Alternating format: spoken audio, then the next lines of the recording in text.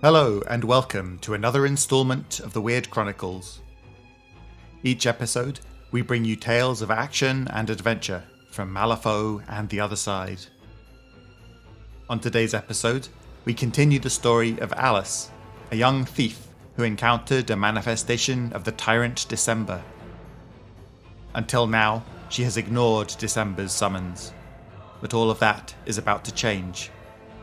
I hope you enjoy the conclusion of December's Call, Homecoming.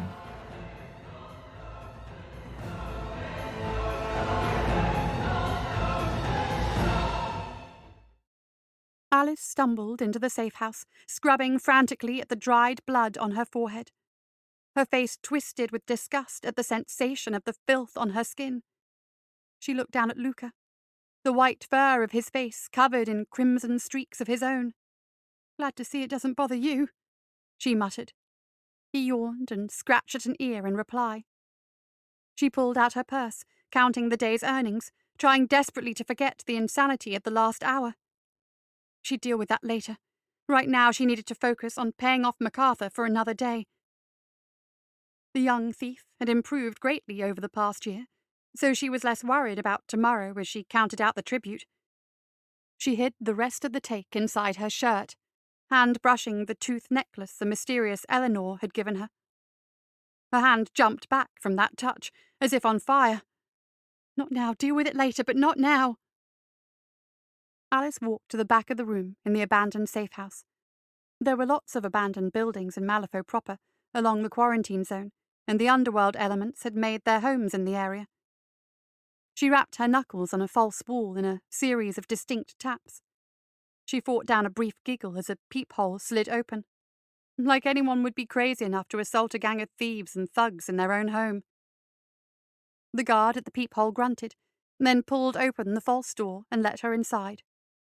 Luca twined between her legs and passed the massive enforcer, leading the way to what MacArthur called his courtroom.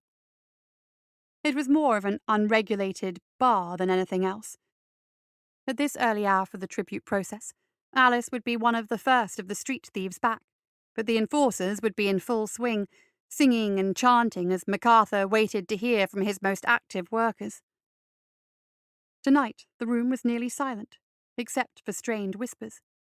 The tension crackled in the air, and Alice could see hands reaching for empty weapon scabbards as she walked by. Luca growled, pressing close to her with his ears flat on his head.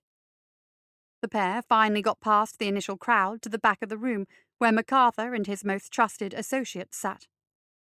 Dustin looked up from the throne that dominated the space. Alice froze, staring at him, her mind racing.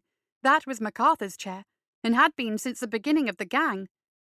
No one but MacArthur sat in it, so why was Dustin so casually leaned back in it? Then she saw the blood on the floor, and the body that it came from.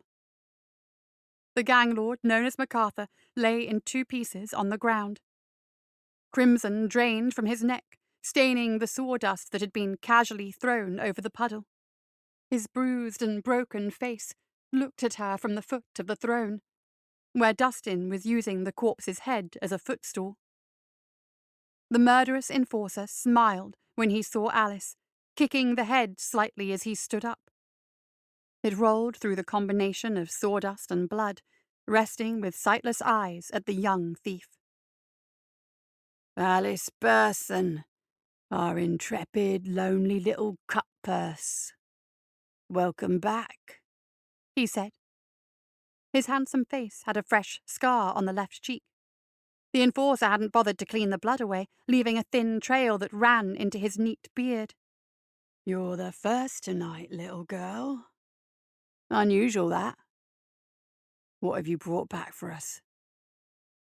"What happened?" she asked numbly, staring at MacArthur's head. Dustin's smile slipped for a moment, before reasserting itself. "A disagreement long in the coming. Nothing for you to worry about unless you want to make it a problem." He picked up a brown-stained wood-cutting axe from where it rested next to the throne. "So, give it here, Alice." She gulped and handed him the purse. The man leaned the axe against his shoulder and opened the bag, checking the contents. His lips moved as he counted, and he frowned. I'm sorry, dear, but that's not enough. What? But that's what I paid just yesterday. Dustin leaned forward, eyes hard. And today is a very different day, wouldn't you say? Just for that, it's gone up again. Alice was aware that the room was silent behind her. She knew what was happening, that Dustin needed examples for the rest of the thieves that would be coming in to give their own tributes. It was her bad luck that she was amongst the first back. Before she could move, Luca jumped in between her and the man, hissing and spitting, his claws and teeth bared. Dustin didn't even blink as he buried the axe in the Hawkat's skull. Alice screamed and grabbed for the knife at her back, stabbing for his face. He took a step back and let the blade go by, then kicked her in the stomach. Her rage gave way before the pain, and she doubled over, falling to her knees. Dimly she could hear laughter from the rest of the gang. She looked at Luca's limp body, while Dustin pulled the axe out, and felt her rage return, red hot.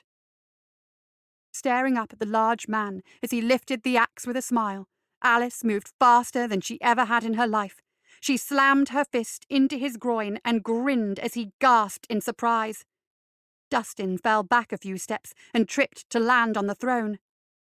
Alice picked up Luca's body and ran to the far corner where she knew a rotten grate to the sewers lay. The others in the room had just begun to move as she kicked the grate down into the floor and dropped in. As her feet touched the ground, she began to run, confident that none of the larger members of the gang could follow her. Tears of rage and pain filled her eyes as she cradled Luca's body. She could feel the tooth necklace as it bounced against her skin, and remembered the bloody face and weapons of the one who had given it to her. One way or another, she swore to herself, Dustin will pay. For Luca. The screech of the train whistle snapped Alice out of her normal dream. She opened her eyes and stretched with a yawn, sitting up from her seat in the passenger car. The brakes squealed and she stood, grabbing the small bag that held all her belongings in the world. She stepped past the other passengers, shying away from the guild officers that sat closest to the door. The cold air of the town of Ridley, one of the older contract towns, filled her lungs painfully. She looked around before walking into the town proper from the small platform that made up the station. Snow dusted everything in sight this close to the northern mountains. The buildings were a strange mix of antique and new, the oldest dating back to the first breach, if not older. She took a deep breath with a wince, then strode over to the building marked Inn. The main room of the building was a squalid bar, full to the brim with miners and trackers. The noise level was kept at a dull roar as people caroused and argued. A fire blazed in a small hearth, but most of the crowd wore fur-lined winter gear. She could see a few games of cards and dice scattered throughout, but for the most part the room was exactly like the safe house. The thought made her skin crawl, and she stamped down on it hard. No time for that. Hesitating a moment, she cautiously stopped one of the barmaids. I'm looking for a man named August. August Toombs? The woman asked, carefully balancing a tray covered in mugs with one hand. She jerked her thumb at a back corner, then returned to moving around the space. Alice walked towards it, ducking her head as she passed under the stairs. The small space seemed to be a leftover from the original layout of the building, with barely enough room for the table hidden in it. A man sat hunched over a book, reading by candlelight. He looked up and stared at the young thief, black eyebrows raised. Alice sat down in the other chair at the table, nervously tapping fingers on knees.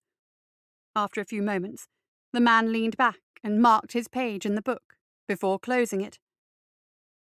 What can I do for you, miss? Alice, she replied. Are you August? Aye, that's me. He poured a drink from a metal kettle that sat on the table, filling 2 metal cups with a steaming beverage. He placed one in front of her, then sipped from his own. He waved at her with a pair of fingers, a circular gesture to urge her on. "A woman named Eleanor told me to find you. Said I should give you this." Alice took the tooth from around her neck and handed it to him. August tilted the tooth back and forth in the candlelight, drawing it lightly across the palm of his other hand and hissing at its bite. "Do you know what it is?" he asked with narrowed eyes. "It doesn't matter," she said. "I need you to take me to the mountains. She said that you'd be my guide if I gave you that." The man grunted and drained his drink, then handed the tooth back to her. "Tomorrow, I'll take you there." He shook his head and poured another drink. "This always has been a strange contract. Damn cultists. Go find yourself some place to sleep and some warmer clothing. That won't be enough for the mountain." August waved her off, opening his book back up with a mutter.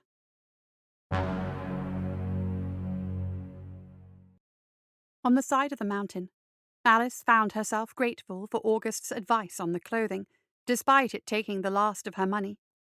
The air was freezing, with wind howling around her as she trudged through the snow behind the guide. She shivered, pulling her arms in tighter and ducking her head down to focus on placing each foot. Her breath steamed even as the wind scorched her lungs with its bitter chill. Damn cold. Damn wind. Damn snow. She slipped more than once, unused to walking in the strange environment. Each time August hauled her back up and steadied her while she caught her breath. Alice looked to the side, marveling at how far they had climbed already. The guide seemed to be following a path that he knew well, but she couldn't see the route herself. She stopped for a moment and stared down at Malifaux City in the distance, easily viewed from this height. "Alice." The thief stumbled back at the clear voice that emerged from the wind. She looked up at her guide, who watched her patiently but said nothing. Alice turned to look up at the summit of the mountain, squinting against the blowing snowflakes. As her eyes adjusted, she caught a glimpse of a shadowed cave, with icicles like fangs. She gasped and stumbled forward, landing in the snow. "Welcome, child. You have finally come to me," December said. The blue and red eyes stared down at her from the sky, and she was vaguely aware that August was no longer next to her. The icy fangs of the cave seemed to curl into a smile. "Ah, I can taste your hunger now. Hunger for justice, revenge, power. That hunger is good and will serve us both well." "Alice!" a voice shouted in her ear. She dimly felt a slap across her face, and she blinked away tears as August shook her. The guide let out a sigh as she lifted a hand to touch her cheek where he'd struck her. "Damn cultists," he muttered, helping her stand. "Every damn time. Come on, we're nearly there." "We will take her," a woman called. A cloaked figure dressed in white stepped out of the snow, holding a spear in one hand and tossing the man a purse. "Thank you, August." He shook his head and laid a hand on Alice's shoulder, squeezing it gently. He pulled his hood tighter around his head and began walking down the mountain. The woman walked to Alice, her face hidden behind a leather mask. The wind seemed to die around her, calming in a circle only a few feet across. Alice stared at the woman's black and blue eyes as she took off her mask.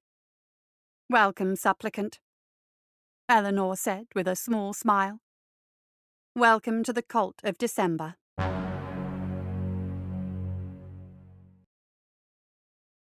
December asks us to give him sustenance from his foes, and he provides us with power in return, Eleanor said, helping pull tight the straps on the unfamiliar armor Alice had been given. The thief looked over the ill-fitting equipment with a level of confusion. It was overly large, possibly even made for a man instead of a slight young girl. The older woman paused for a moment, inspecting her handiwork before reaching for the next part.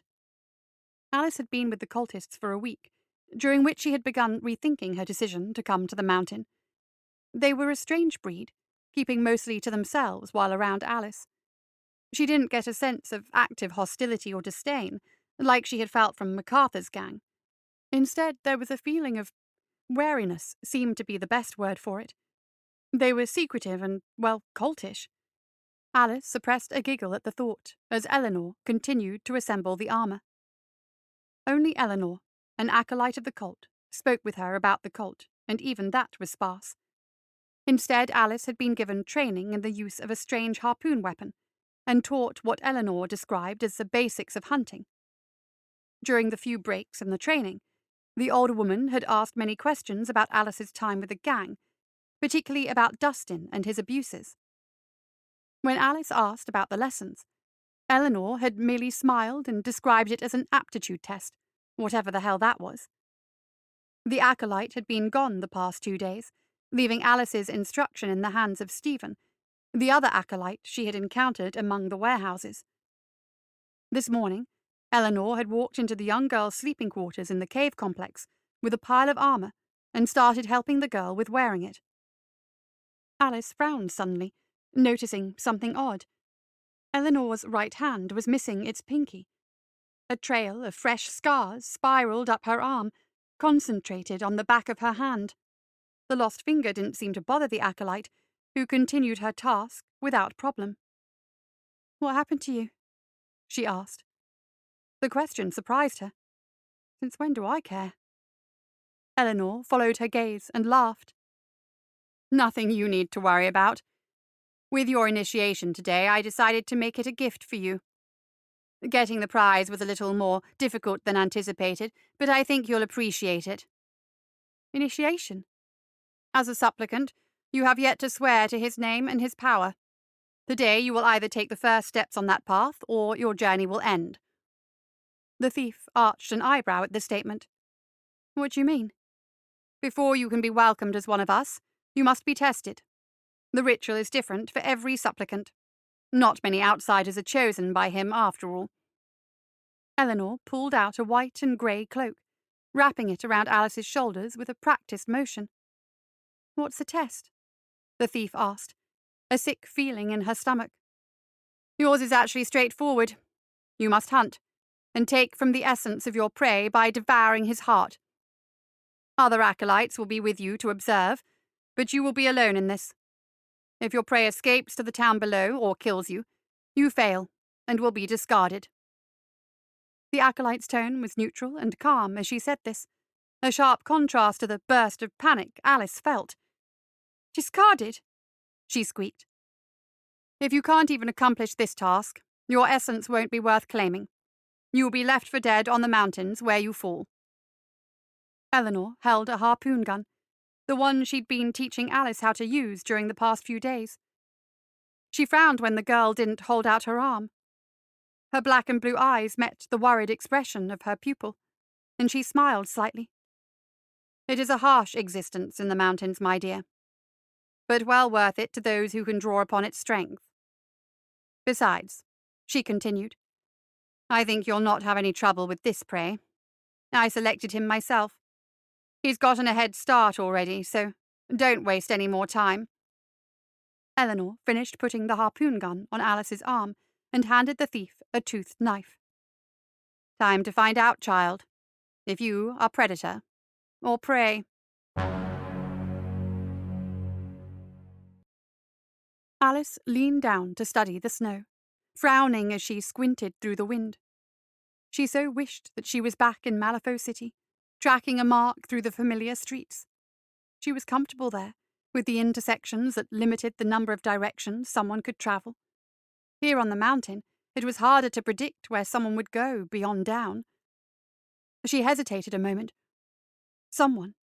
Was she really about to kill a person and eat them? The thief shook her head. No time for that. No time for a lot of things. She picked a direction and started moving down the mountain. After Eleanor's teaching, she was more confident of walking on the strange, irregular surface of rocks, snow, and ice. She still slipped every so often, but she kept moving. She kept a tight hand on the handful of harpoons she'd been given, not trusting the quiver on her back. There. There was a long furrow in the snow ahead of her. Someone or something had fallen on the ice. The wind had already begun to fill it in, but it was a start. She could see the subtle hint of footprints further on, one longer than the other. Alice felt a surge of excitement and ran forward. After a few minutes, the prints disappeared again beneath the snow. She looked around, stalking cautiously through the rock terrain. A small hint of sound was her only warning before she got hit in the back by a solid object. Alice screamed in pain, rolling forward and away from her unseen foe. It took only a moment to get to her feet, raising the harpoon gun with narrowed eyes. She hesitated a heartbeat to aim before triggering the device, cursing as the wind tore the bolt to the side. Dustin stared at her, his face locked in a horrifying snarl. He hefted a club and charged at her with a yell. Alice skipped back, stumbling a bit on a patch of ice while her mind raced. Fear and panic spiraled together, making her heart race as she looked at the man who had caused so much pain in her life. His eyes were wide and desperate as he swung at her again, leveraging his greater height to aim at her head. The thief fell under the swing, sliding down the slope of the mountain before stopping. She stood, breathing heavily as she went to load the harpoon gun. She cursed upon realizing that she had dropped the spares next to the gang lord. Dustin dropped his club and grabbed the short spear. "Come and get me," he spat. "I'll make you work for your meal, cannibal wench." Alice paused and tilted her head to one side. He's afraid. It was a strange thought to associate with the man. Fear was never an emotion she'd thought he knew.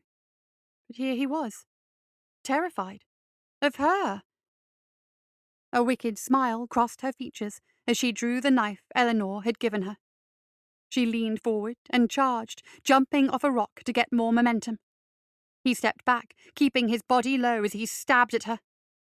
She slashed again, aiming for his chest. The man blocked with the spear and stepped forward to punch her in the face. Alice stumbled back with a gasp as she felt the sickening crack of her nose breaking. Blood fell onto the white snow, and she moved away from her opponent while she tried to clear tears from her vision before they froze. Suddenly, she heard him laugh. "Alice Burson," he growled as she wiped blood from her lips. His stance shifted and he picked up another spear. "What a surprise. A lost little girl all alone, joining a cult of crazed cannibals. Hoping they get you another cat." Alice howled with rage and rushed him, screaming as he kicked her in the stomach. The brute stabbed her in the shoulder, twisting the spear before tearing it back out. The pain was blinding, but she kept the presence of mind to roll away from him. She went over the pile of short spears, grabbing one before getting to her feet. She coughed, blood covering the ground. Her hand shook as she tried to load the harpoon gun while Dustin stalked towards her. He threw one of the spears, and she barely dodged it, cursing at the pain from her injured shoulder. Fear filled her as she stared at him, years of constant abuse and ridicule from the man jumping to mind. More than anything, she wanted to run. To run and hide from this man who had been an immovable constant, a source of pain and fear. She tensed, ready to sprint away. Then the spear clicked into place, and something inside her changed. Predator or prey? She snarled, her vision turning a pale blue. "Enough!" she hissed, crouching low like some kind of beast. Dustin stumbled back as she rushed him, shoving the harpoon gun upwards at his neck as she pulled the trigger. The spearhead bit through his skin, lancing through his throat and out the back. Blood poured down his lips as he collapsed to his knees, falling backwards. "No more!" she spat, looking for the knife Eleanor had given her. She found it in the snow nearby, picking it up and approaching the dying man. Stepping close, she stared into his wide eyes as they moved with frantic panic across her face. Alice howled and stabbed the blade into his chest with her uninjured arm. She stood and kicked against the hilt, ignoring the sickening crunch of bone and cartilage. With only one hand, it was hard work to get to her prize, but she managed to find it before he died. The girl reached in with a bloody hand, ripping out his heart with supernatural strength. She held it aloft and watched the light fade from his eyes. Alice dropped to one knee, the surge of strength leaving her, vision returning to normal. A quiet growl, somehow satisfied, filled her ears and ran up her spine. Predator or prey? It was a simple question. Ignoring her revulsion, Alice bit into the organ she held, choking down the first bite. The rest went down easier after that. She looked up as a group of the white-garbed acolytes approached. Each leaned down to Dustin's corpse, dipping a hand inside and bringing it out drenched in blood. They walked to her, touching the bloodied fingers to her cheeks. Alice stared at them in confusion as they each moved to a spot in a circle around her. The whole thing had the air of ceremony to it, but she didn't understand. The last woman took off her mask, revealing Eleanor. She embraced Alice and kissed the girl on the cheek. "Welcome home, sister," the woman said, echoed by the others. Alice hugged her fellow cultist, reveling in the statement. She had indeed found her home.